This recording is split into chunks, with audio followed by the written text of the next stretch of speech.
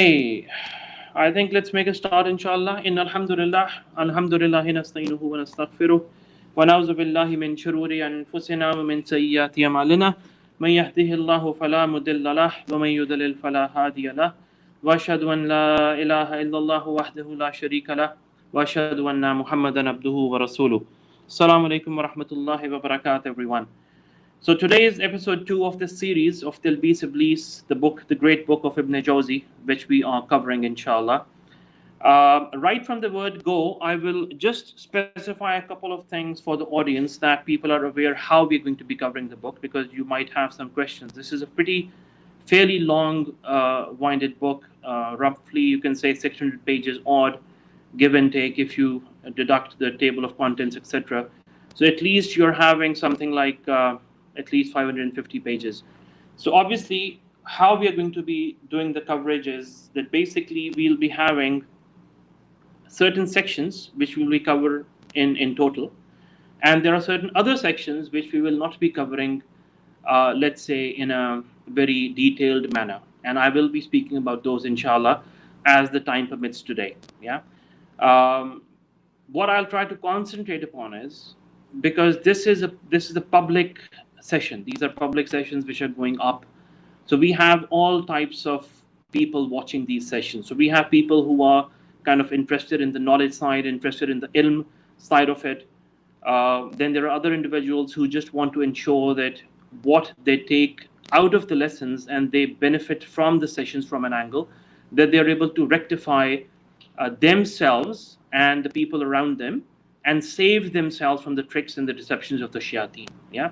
So there's another audience which is like that. There's a third type of audience which is already knowledgeable about a few things, and I can assure you that as you move along, you will gradually come to realize that even the people who have, mashallah, studied quite a fair bit of, gained a fair bit of knowledge, inshallah, there will be quite a lot of new content which you will be seeing, inshallah, as part of these lessons. So first things first, before I start, some of the benefits which we will be inshallah talking about as well within these sessions is that, remember, brothers and sisters, that one of the etiquettes actually of seeking knowledge is that knowledge is kind of, Sheikh Salih bin Uthaymeen once said that knowledge is type of a hunting game. It's been actually the praise are hunted. So knowledge is a hunting game which is sought, and writing is the way to catch or to attain that knowledge. So it is from the foolishness to hunt a gazelle and thereafter leave it to perish. Yeah. So basically, what it means is that writing is the ideal methodology if someone wants to really attain knowledge, and it would be foolish to simply seek knowledge without writing it, as this knowledge will ultimately be lost if we are not writing it. So I strongly urge you and encourage you, all of you, inshallah, to be writing the points. And even I would suggest that if someone, one of you, is actually very good in the artwork, etc., then you try to make, let's say, short caricatures or kind of pictures, and not those types of pictures, but the lessons, the diagrams, and then you can post it on the links, the various links which are going to be there, inshallah. Okay, so I welcome all of you once again, inshallah. And so today's lesson, where we ended last time, so the last subject which we covered was basically around about speaking about A'udhu Billahi Minka, where Prophet Sallallahu Alaihi Wasallam, when Ifrit was coming to him in his salah, what was happening? That he was making this A'udhu Billahi Minka, and he was cursing the shaitan during his salah. And if you remember, the last thing which we studied is that basically Prophet ﷺ said that if it was not for me to actually feel for Prophet Sulaiman alayhi salam as the brother, because as we know that Prophet Sulaiman alayhi salam was given what? He was given the kingdom of also the shayateen. So basically the jinns and the inns, plus the birds, etc., were under his command. And this was a uniqueness of Sulaiman alayhi salam, and that was the reason Prophet sallallahu alaihi wasallam said that I did not actually catch the ifrit, so that you can see that in the morning. This is where we ended the last time. So we were discussing the different types of characteristics, you can say, of the devils. Okay. Now, what are the other forms?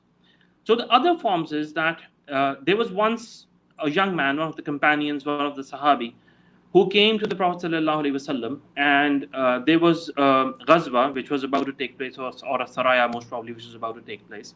And this Sahabi came in and he said he asked for Prophet ﷺ's permission to go to his house for a little while.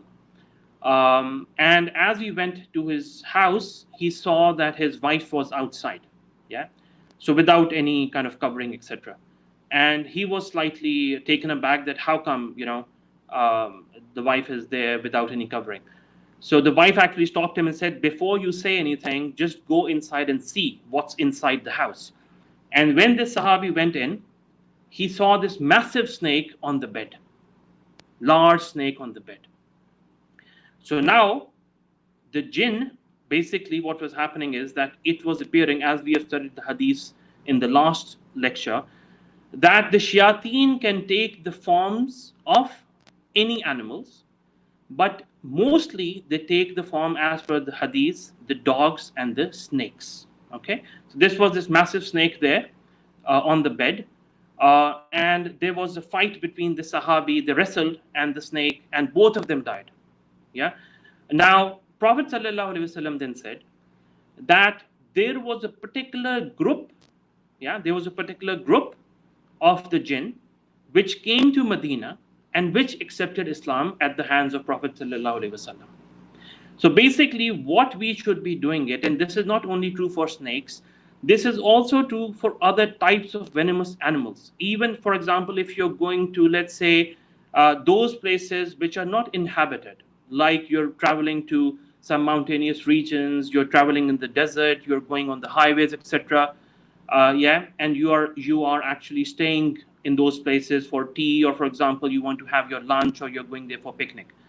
So always say the dua, Bismillahillazi la yudurru ma'asmi shayun fil ardi wala fis samai wa huwa as-sami'ul alim. At least say it 3 times. Okay. If you have a situation where that animal or that venomous snake or whatever the thing is, insect, etc., is not leaving, then what we have been commanded to do is to ask that animal, snake, etc., as if to ask him, if you are a jinn, then go away. If you're a jinn, then go away. If you're a jinn, then go away. Okay, and that is how it is. Because remember another thing, which is that the children, basically, not the children. First of all, let's discuss the shayateen themselves. So they can become intimate, as we discussed last time, with men. Okay, and there are particular types of shayateen which take the form of pretty women, and they actually then be intimate with men, and they actually procreate from that. So not only that they actually have intimate relations with the ints, but they also can procreate. So this is how far it can actually go to. As in Surah Rahman, if you remember, what did we learn?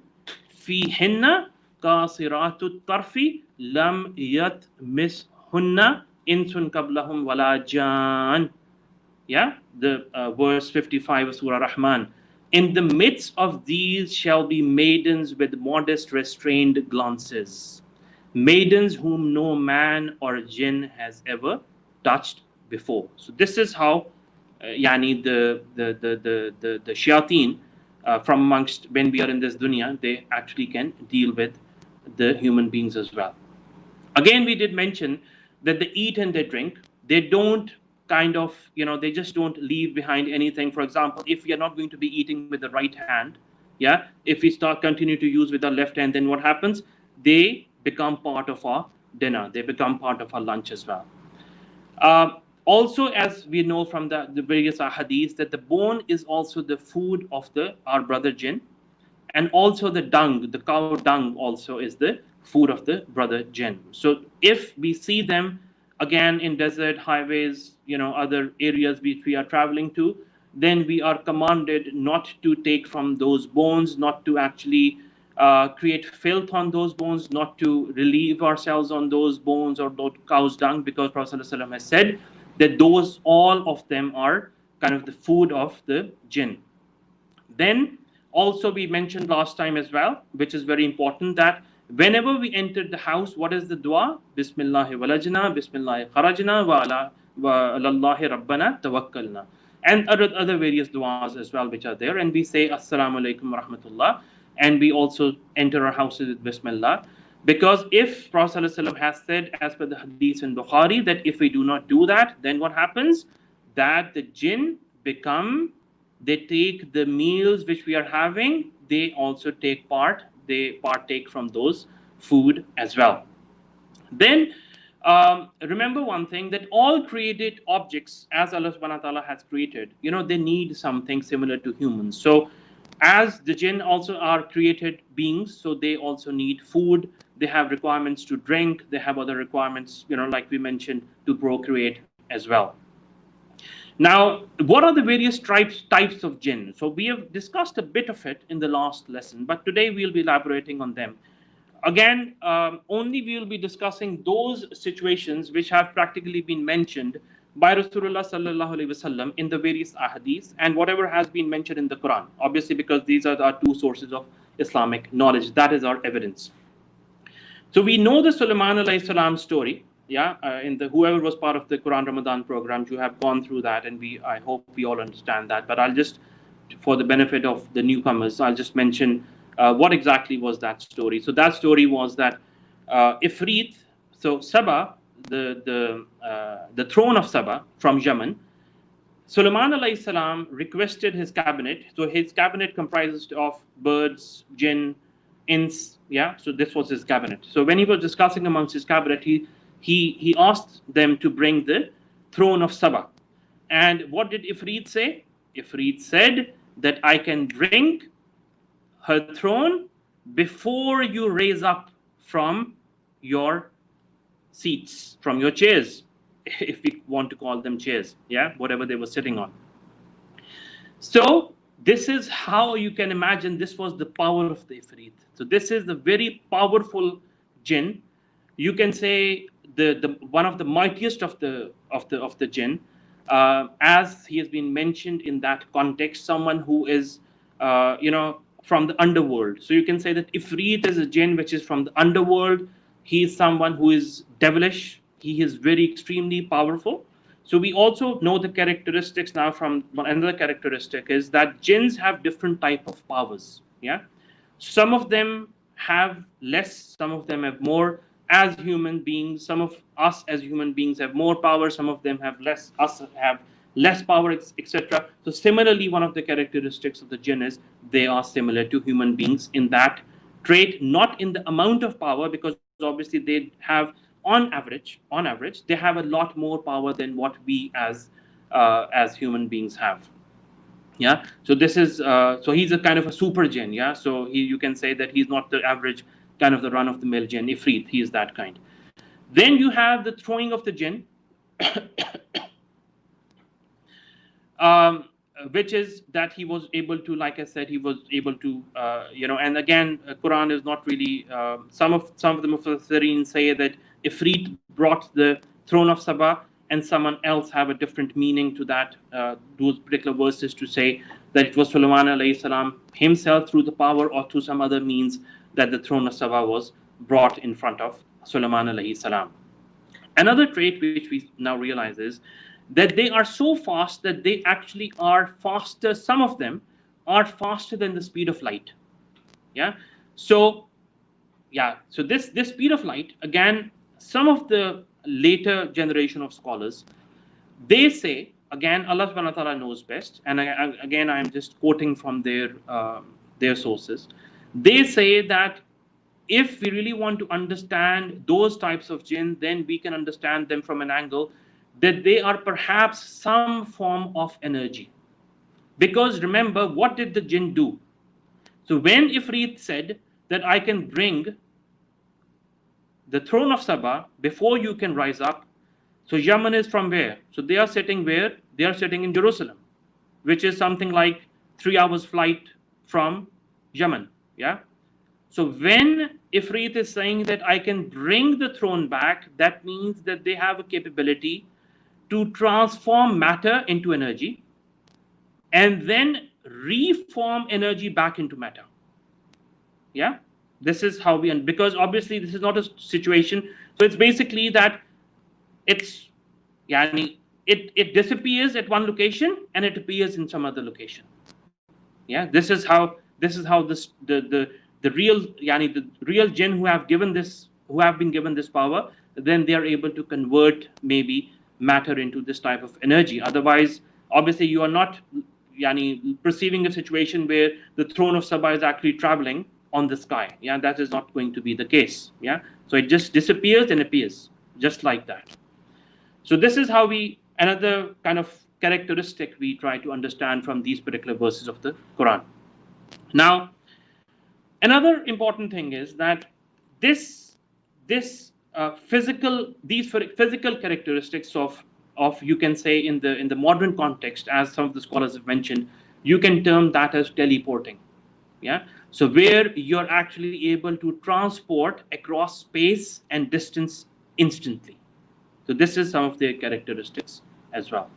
Now, this is not to suggest that they can overpower us as human beings. So you should not be worried, and I'll tell you why.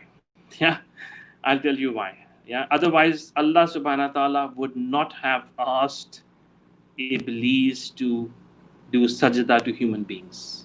And what is the reason? The reason is the intellect. The reason is that Allah subhanahu wa ta'ala has given more wisdom, more intelligence, more akal to us than the jinns. Okay? They might be physically strong, but the wisdom which the human beings have been given, that trumps the physical power. Okay? It is just like, for example, if you're working in a factory. So what does the labor do in a factory? Labor is actually working. If they are doing a laborious task, correct? But what is the CEO doing? Is he actually, or what is the, let's say, the chief of HR doing, or the chief of IT doing, or the chief of consulting, or the chief of, supply chain doing? Is he doing the labor work?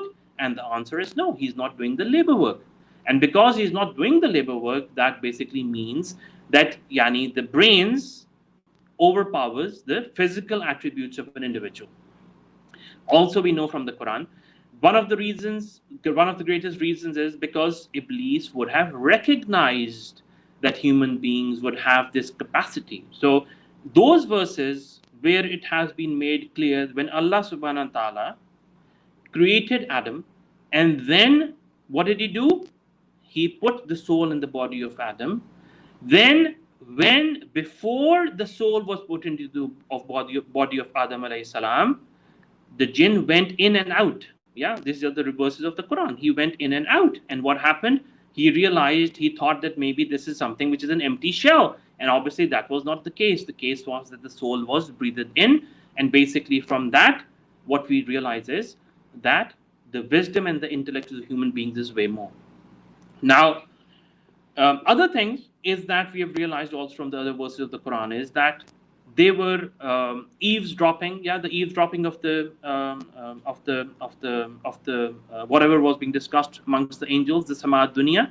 And you know that when the Prophet ﷺ was given his prophethood, then the sama of the dunya were locked up.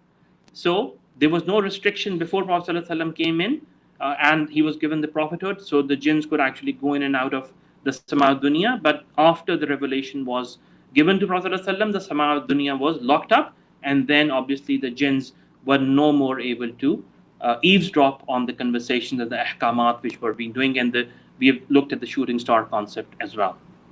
Now, the other things which is that they can actually die.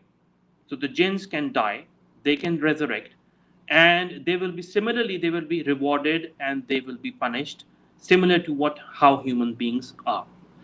So even jinns like to inhabit evil places as well, as we have seen in the previous lessons as well. That Allahumma inni a'udhu bika min al-khubusi wal khaba'is. Yeah, so whenever we enter the bathroom, this is something which we do. Also, on average, we realize that the average age of the jinn is more than human beings. Yeah, in various kind of, again, we cannot be 100% so sure, we cannot be certain what is going to be their age, but you can say, definitely they're more than 1,000 years on average. That's pretty much, you can say, for sure. And the quantity of the jinns are also more than the humans. And again, there are various reasons why we claim that, because one of the simplest reason is that Prophet ﷺ has said that with every human, there is what? There is a Qareen. And similarly, there is an angel, there's a Qareen, and there is an angel with every human being. Then there are Muslims and non-Muslim jinns. Already we have discussed that. So the Muslim jinn, we call them jinn, and the non-Muslim jinns, or the devils, obviously, which do not believe in the prophethood of Prophet sallallahu alaihi wasallam, all those we can term who do evil deeds as shayateen as well. Okay, and again, there are, I don't want to go into again those verses. If you go and look into the verses of Surah Al-Jinn, the initial verses, then you can look into those verses and see that the jinn themselves claim that there are good and there are evil amongst us. Now, also, another thing which we realize is in Surah Ahqaf, Prophet ﷺ, Allah subhanahu wa ta'ala actually has mentioned something which is very, very clear for us. And what did Allah subhanahu wa ta'ala say? So in Surah, not in Ahraf actually, Ahqaf, in Surah Al-Isra, so Allah subhanahu wa ta'ala has said, Inna ibadi laysa laka alayhim sultan wa kafa bi rabbika wakila. That Allah subhanahu wa ta'ala has said that you will truly have no authority over my faithful servants, and sufficient is your Lord as a guardian. So one thing is for sure, like I said, with the wisdom, with the intellect, and with our understanding of the deen as we understand it, and how we are implementing it in our lives, the faithful ones, the people who are doing this zikr all the time, who are involving themselves in the worship of Allah subhanahu wa ta'ala, having the correct aqaid, etc., then it is very clear that the jinns cannot, it's impossible for them to overpower the human beings. It's just not going to be possible. And again, like I said, that this series is not going to be concentrating on the seher or the magic side of it, because again, we are covering the book. But if someone wants to gain more knowledge, then they need to speak to, again, their local scholars on that. Now, also remember that the intellectual superiority which the human beings have been given. So similarly, they have maybe their own communication languages. Like we as human beings, we have our communication languages. So the jinn might have their own communication languages which we are not aware of, or they might even speak, let's say, our languages. So again, this is something which is from the alimul ghaib. We are not really sure how they communicate and what is the language they communicate. But when they communicate to human beings, then obviously they communicate in the language, in our language, which we can understand. And again, you can look at some actual stories as to how overnight some of the people were able to communicate in different languages. So one night, for example, they were not knowledgeable of, let's say, German or French or Latin, and next morning they were fluently able to converse. So it is nothing but jinn speaking from the mouth of that particular individual. And one of the famous stories, if you look into again the archives, then Emily Rose, that's an actual story which actually happened, that in a village there was a girl which started speaking fluent Latin overnight. So that is an actual story, and again, many stories like that which you can see. Now, what are the types of jinn? So Ifrit we have mentioned, especially the evil and the strong jinn. We have mentioned he challenged Prophet ﷺ. Then there's another type which is called ghul, jinn, which is irritating. Then khansab, the jinn which comes in our salah and which tries to interfere with our salah. And what is Prophet ﷺ, what has he commanded us to do when he comes? So when we are not able to concentrate in our salah, what is that we need to do? A'udhu billah, not louder, but in our, inshallah, in a very minor kind of voice, we say within our heart, inshallah, a'udhu billah, and then we say, we do it like this. So this is what we have been commanded to do as part of how we, inshallah, try to maintain our khushu in the salah. And then there are other kind of jinns, the types which are mentioned, al-marid, the oppressors, the different ability and the strength, the different types of jinns which have been given this different ability and the strength.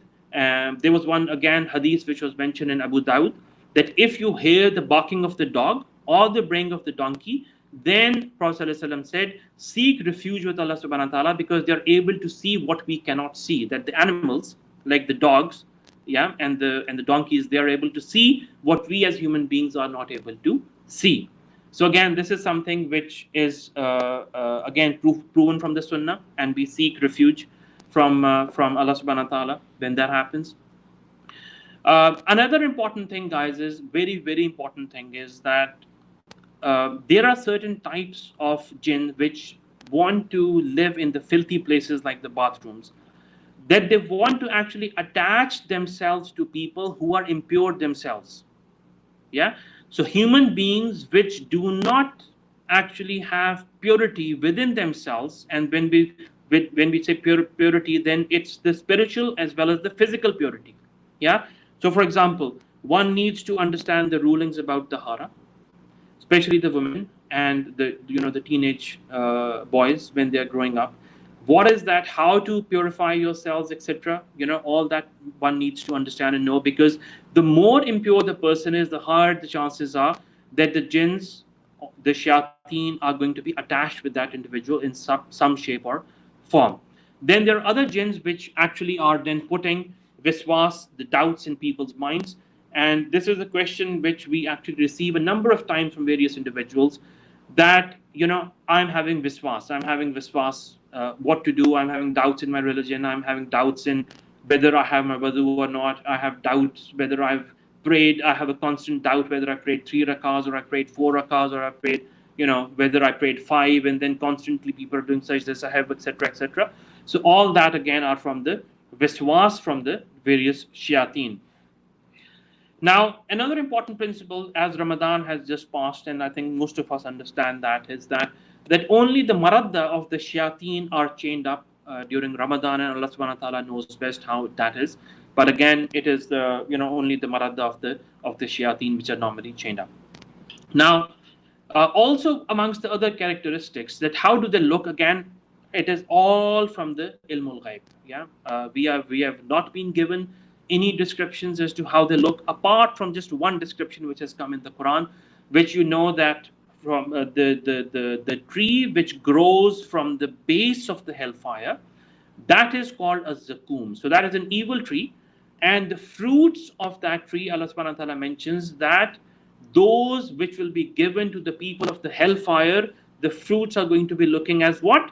That they will be looking as like the heads of the devils. Yeah, the heads of the devils. So basically that means is that is not something which is very pleasing, as you can imagine. Yeah, that is not something which is very pleasing. Now, also remember that we've mentioned about Kareen. So every human has a devil that has been assigned to him, and he is forever attached. He is not going anywhere.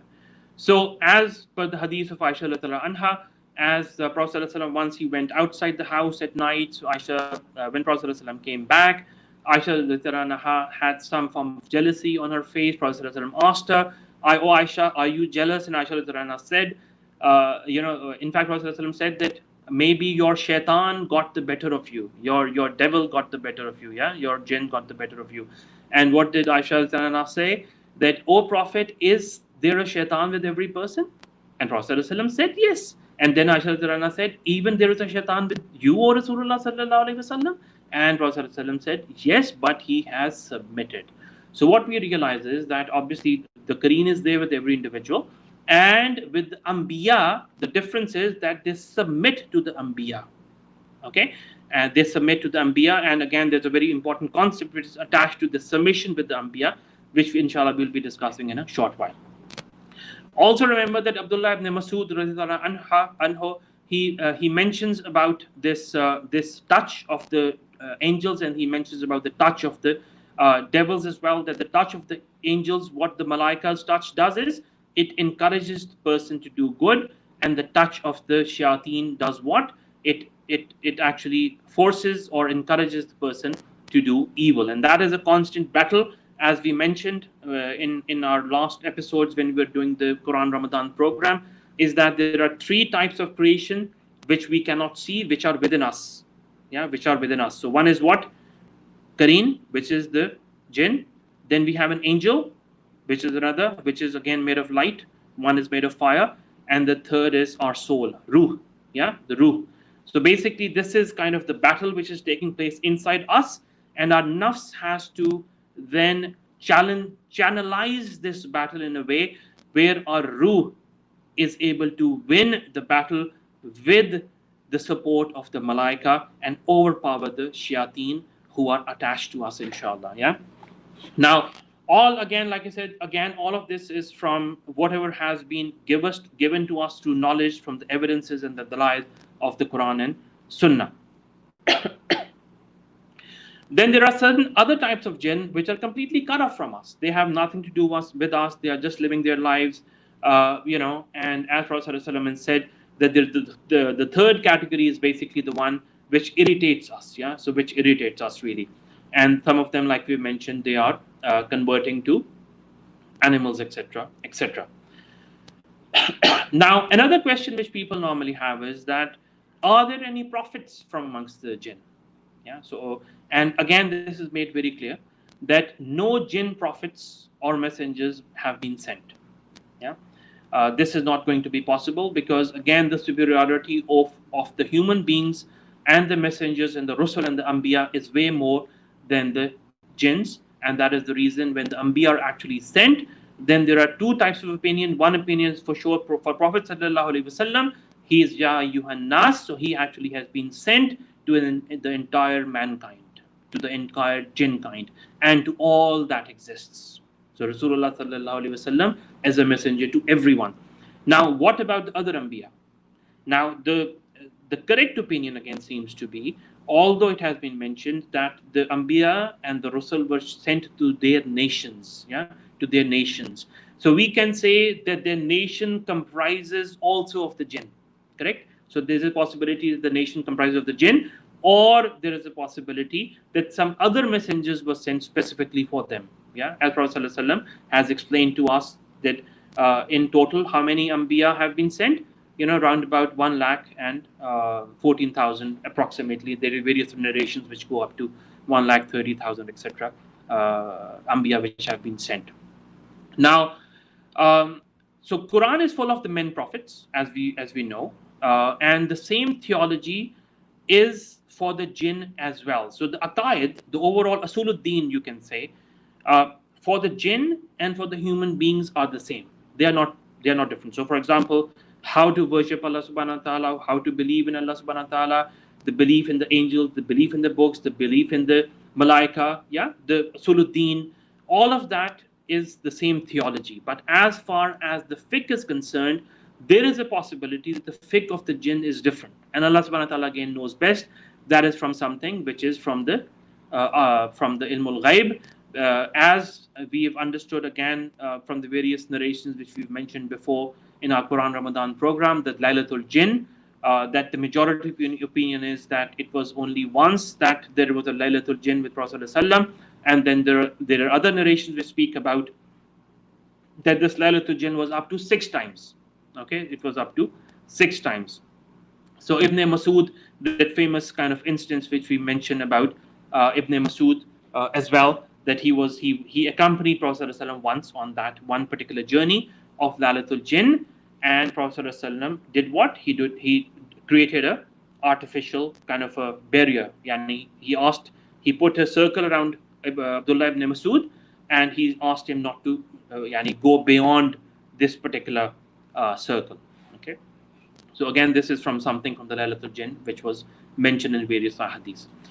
Now, the most important thing. Now, what is the most important thing? The most important thing is that the jinn has no power over us apart from what Allah subhanahu wa ta'ala has willed. So if Allah subhanahu wa ta'ala has not willed, then it is not going to come to pass, whatever come may. So inna ibadi laysa laka alayhim sultan wa kafa bi rabbika wakila. Allah subhanahu wa ta'ala said, you will truly have no authority over my faithful servants, and sufficient is your Lord as a guardian. So saying all that, you should have this firm faith, inshallah, in Allah subhanahu wa ta'ala. As long as we are doing our mandatory actions, we are purifying ourselves, our aqidah is correct, then inshallah, the chances are that the devils will not be able to overpower us, inshallah. And again, as we mentioned the last time, the azkar of the morning and the evening and the other times of azkar which we normally have to do, at other times we need to ensure that we are actually doing all of that. Now, saying that, now, what now is the book going to be teaching us? Now, this book, this great book of Ibn Jawzi, Tilbees Iblees, it has a number of chapters. It has something like 13 chapters. Yeah? So within those 13 chapters, we have various. There's a massive table of content, like I've mentioned. Like I said initially, we are not going to be covering everything from the book. We are just going to be covering what is really important for us, which is going to help us understand the deception of the devils as how it relates to us in our daily lives. So first of all, before we do that, let's understand who the author is. So let's speak a little bit about the author himself, inshallah. So who is the author? So the author is Ibn al-Jawzi. His full name has been mentioned, Abul Faraj Jamaluddin bin Muhammad Ibn al-Jawzi at-Tamimi. He is again from Baghdad. He was born in, various narrations are there, from 509 to 515. The correct narrations again seem to be between 509 to 510. He was born after Hijrah.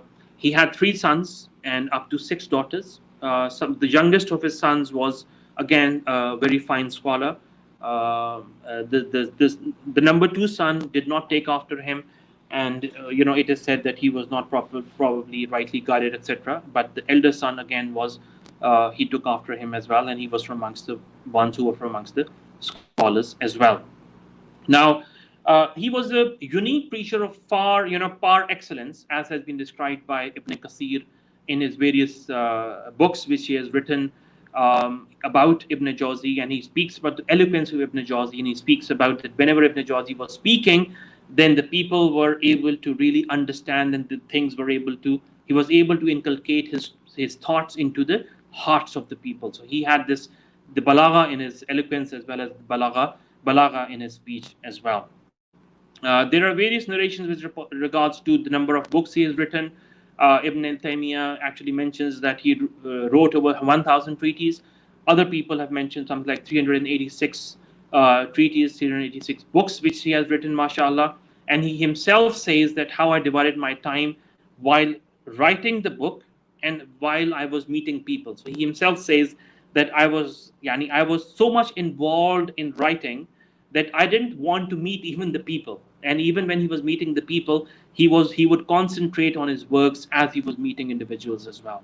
So, one of the traits of the scholars, as we see, of the caliber of Ibn Jawzi is how do they actually utilize their time, which was just amazing. Yeah.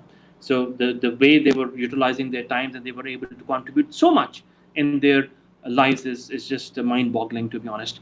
And he passed away in the year 597 after Hijrah. And subhanallah, he is actually buried beside, just next to the grave of Imam Ahmad ibn Hanbal, the great scholar, rahmatullah alayhi, who actually is buried in the cemetery of Bab al-Harb. Now, there are various books actually which have been written over time on the Tilbees of the Iblees, the devils, the deceptions of the devils. Now, some of the books which have been written, so Imam Abi Dunya, he actually mentioned, he wrote a book. He passed away in 218 Hijri. He wrote a book, Maqaid Shaitan. Yeah. Then Sheikh Abu Hamid al-Ghazali, he wrote another book by the same name, Tilbees Iblees. Then Ibn Jawzi obviously wrote this book in 597. He passed away, Tilbees Iblees. Then Ibn al-Qayyim, the student of Ibn Taymiyyah, he actually also wrote a book called Ikhasatul Lahfan min Masaid al-Shaitan. So he also wrote that book. And in that book, he has mentioned quite a few things with regards to how the Satan deceives. But this book of Ibn Jawzi, Tilbees Iblees, you can say probably what has gained the most, mashallah, scholarship amongst the Muslim Ummah. And, it goes into those types of details which are even relevant in our days and age. Now, obviously, within the book itself, the author starts with Inna Shaytana lakum aduwwun mubina. That shaitan is someone who is absolutely an open enemy. Yeah, he's an open enemy, as Allah subhanahu wa ta'ala has mentioned. So, brothers and sisters, what do we do with an open enemies? So the question is, how do we protect ourselves? So if we know that someone is an open enemy, there is someone who's going to attack us, what is that we need to do? So we would then try to protect ourselves, isn't it? Isn't that the case? So whatever shaitan has been doing to us right from the word go, from the time of Adam till today, yeah. So in this book, all those different types of individuals, all those different types of groups have been mentioned, that how shaitan deceived those groups, yeah, in terms of asuluddin or in terms of the furu of the deen. And again, I will try to explain, because like I said, it's a public sphere, so I'll keep on translating and giving meaning to these terminologies. So furu of deen is something which is not from the asul, which is not from the you can say from the core characteristics of the deen. Faro is from the secondary characteristics, the secondary objectives of the deen. Now, so the book mentions that. What else does the book mention? The book also mentions that what type of processes shayateen use in order to get hold of us. Number 3 is that what were the types of people who actually, when they were hunted by the shayateen and they were actually perished in that state, yeah. So all those types of you can say episodes again have been mentioned. Now, what else is there?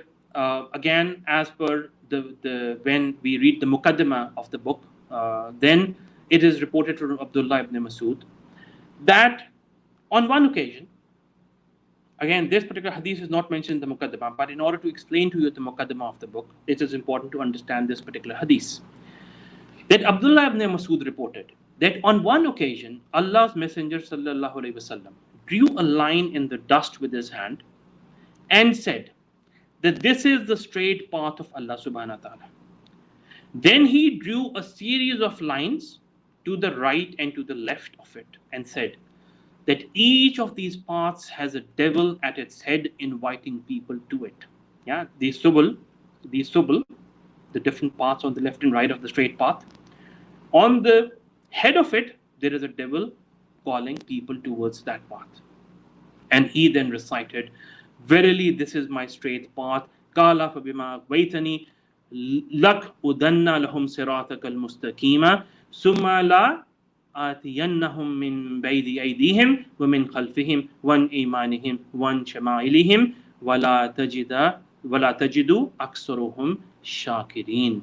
That Prophet ﷺ then said, for leaving me to stray, I will lie in ambush of these people from the straight path. So this is what Shaitan is now saying. So as we understand, the Prophet ﷺ is drawing a straight line. And as he's drawing the straight line, he's mentioning, what is he mentioning? He's mentioning these devils on each of the other subul, on each of the other paths. And on the head of all of these paths is what? Is a devil. Yeah? And what Allah subhanahu wa ta'ala is saying in this, so it's actually this particular verse in the Quran, you can say it's now the other way around. So it is actually doing the tafsir of this hadith which Prophet ﷺ has mentioned. That Shaitan has said what?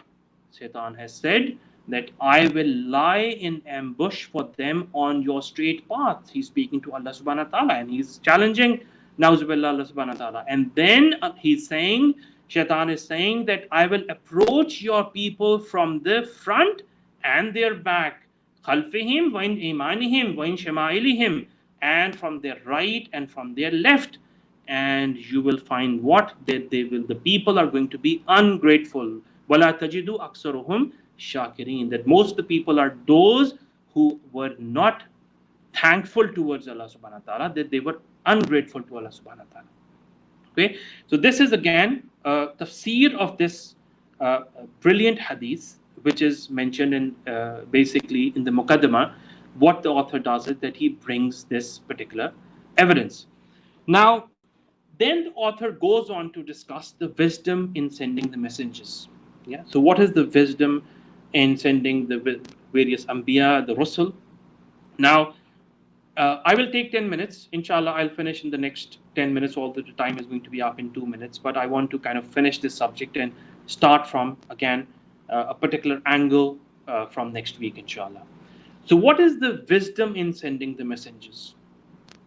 So, remember that the messengers, the Rusul, the Anbiya, they have brought sufficient clarifications. They have been confronted with the various diseases of the people amongst the various nations, whether they're the diseases of the heart, or whether they're the diseases of the aqaid, or they're the diseases of actually how we understand the details of the deen itself.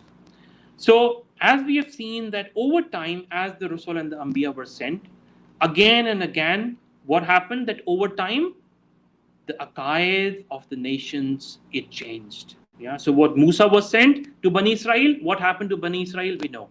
Then Isa alayhi salam came. Again, what happened to the Nasara? We know what happened to them. So now what is happening is that when Shaitan is giving this clear challenge that I'm your enemy, and he's giving this challenge to humankind. Remember, so when humankind as a kind of, and you can say the dunya overall, he's giving this complete challenge to the complete dunya. Yeah. So when he's giving this challenge, then he's going to make sure that all types of people are getting astray. Not only we as in an individual capacity, but we as nation states are also going astray. That we as human beings, as a generation of human beings or Muslims, we are going astray. Yeah, this is his open challenge. So when the messengers are coming to ensure that they are clearing this haqq from the batil, when they are clearing the truth from the falsehood, then the shaitan is not going to take it. He's not going to sit idle and take it. He's going to go ahead and do something about it. So similarly, what we need to understand that when Prophet ﷺ is mentioning about that straight path, then that straight path also mentions that in order to ride or converse or walk or run on that straight path, it is the understanding of the companions, the Sahaba, which we need to walk with on that straight path. Because after Prophet ﷺ passed away, what happened after him? It was the Sahaba, then it was the generations after the Sahaba who were following that straight path. Yeah. So this illumination, this light, which is the light of the companions and which is the nur al-nur of the companions, is that straight path which we need to follow, inshallah, in order to ensure that we are not being captured by the shayateen. Okay, this is very important to understand. Similarly, the majority of the people, as we have understood, that they have disputed over matters of religion. And as we have seen that even the Muslims, they have been divided into various groups, various parties. Yeah, you can call them even sects, correct? And obviously, what has then happened is that Iblees and the Shayateen, they have actually become very, very active, and they want to ensure. One thing which is really amazing is that the Shayateen, you can say amongst the Muslims largely, they have given up that they can now make the Muslims disbelieve. They've kind of given up on that. It's difficult for a Muslim, alhamdulillah, once the Iman comes in, then it's difficult for someone to apostate and to get rid of that Iman and then say that I'm not no more a Muslim, etc. Yeah, it's so how he tricks now the people, that he tricks the people by actually bringing in innovations in the religion. Yeah, and then what he tries to do is that he tries to engage with us and say, he tells us that mashallah, we are doing our hajj, we are doing our umrah, we are doing our salah, we are doing our azkar. Yeah, so we are doing all of that, and we are doing mashallah going overboard on that. But then he tricks into make people believe that you need to now start having other methods of worship as well. That whatever Prophet ﷺ has brought was not sufficient, na'uzubillah, for example. Yeah. So if the shayateen tricks people into doing what? That na'uzubillah, that Prophet sallallahu alaihi wasallam has not done his job, in other words. Yeah. That he actually forgot to tell us about the teaching of Allah subhanahu wa ta'ala. That sometimes he tricks people into believing that we as human beings know better than Rasulullah. Yeah. And that na'uzubillah, Rasulullah, as if he has deceived Allah subhanahu wa ta'ala in conveying the message. So the most important thing is that whatever Prophet sallallahu alaihi wasallam has brought, and whichever nation the messengers were sent to, then the adyan, the deen of that nation, and similarly the deen of the Muslims is complete. There is no capacity now within this deen to take additional forms of worship, okay, or indirectly something which is related to worship. Ijtihad is a different, fiqh is a different story. I'm not talking about fiqh. I'm talking about the aqaid, and I'm strictly talking about the asul of the deen, the actually the conceptualization and the objectives of the deen itself. So inshallah, here we will end today, and this is from where we will start. Inshallah, we have started already the book. So like I said, I'll ask my team, inshallah, to paste the links to the books, the PDFs. You can have a look. But again, the book, the actual book I'm using is, let me just look at the cover. It is by one of the students of Sheikh Albani, who actually wrote this in, I think, in 1980s. And his name is Sheikh Ali Hassan Ali Abdul Hamid. So there are various, you can say, manuscripts of the book available, but this is the correct, you can say, the which has been done, the takhrij of the various ahadith, and the correction of this book has been done. And this, again, this book is not available in the English language, but I will ask the team to put the Arabic book links and also the nearest English which is available. Okay, inshallah, so we'll post that as well. So jazakallahu khair. Inshallah, see you next week. Subhanakallah. And remember, guys, one thing. Inshallah, tomorrow we are having this this show, which we are starting, the radio show, which we are starting with international speakers. Don't miss that. It's slightly later than this time. It's going to be starting at 9:30 p.m. inshallah tomorrow. And tomorrow the discussion is about race relations in Islam. So please subscribe to the YouTube, inshallah, link we have sent. We will not be sending the weekly links to everyone anymore. Try to subscribe, inshallah, to the Facebook and other links. So inshallah, see you tomorrow. Subhanakallahumma wa bihamdika ashhadu an la ilaha illa anta astaghfiruka wa atubu ilaik.